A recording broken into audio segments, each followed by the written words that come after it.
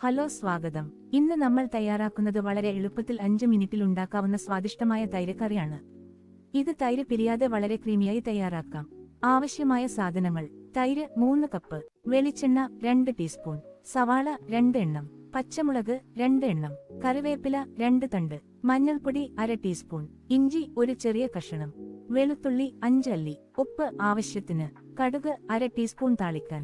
ഒരു ചട്ടി ചൂടാക്കി 2 ടീസ്പൂൺ വെളിച്ചെണ്ണ ഒഴിക്കുക. എണ്ണ ചൂടായാൽ കടുക് ഇട്ട് പൊട്ടിക്കുക. അതിലേക്ക് ചെറുതായി അരിഞ്ഞ ഇഞ്ചിയും വെളുത്തുള്ളിയും ചേർത്ത് പച്ചമണം പോകുന്നതുവരെ ഒന്ന് വറുത്തെടുക്കുക. ഇപ്പോൾ അരിഞ്ഞ സവാള ചേർക്കാം. സവാള നല്ലപോലെ ബ്രൗൺ കളർ ആകുന്നതുവരെ വഴറ്റണം. ഇതിനുശേഷം പച്ചമുളക്, കറിവേപ്പില, മഞ്ഞൾപ്പൊടി എന്നിവ ചേർത്ത് വീണ്ടും ഒന്ന് വഴറ്റുക. ഇപ്പോൾ സ്റ്റൗവിന്റെ തീ കുറയ്ക്കുക. 3 കപ്പ് തൈരിലേക്ക് ഒരൽപ്പം വെള്ളം ചേർത്ത് നന്നായി കലക്കി ഒരുമിച്ച് ആക്കുക. ഇത് വഴറ്റിയ സവാള മിശ്രിതത്തിലേക്ക് ഒഴിച്ച് നല്ലപോലെ ഇളക്കുക. ഇത് കൂടുതൽ ചൂടാക്കരുത്. അധികം ചൂടാക്കിയാൽ തൈര് പിരിഞ്ഞു പോകും. ഇപ്പോൾ സ്റ്റവ് ഓഫ് ചെയ്യുക. തൈര് കറി റെഡി. ഇത് ചോറിനും കഞ്ഞിക്കും ചപ്പാത്തിക്കും വളരെ ടേസ്റ്റായി കഴിക്കാം. ഈ റെസിപ്പി നിങ്ങൾക്ക് ഇഷ്ടമായെങ്കിൽ ലൈക്ക് ചെയ്യൂ, ഷെയർ ചെയ്യൂ. ഇങ്ങനെ കൂടുതൽ റെസിപ്പികൾക്കായി ചാനൽ സബ്സ്ക്രൈബ് ചെയ്യാനും മറക്കരുത്. Thank you.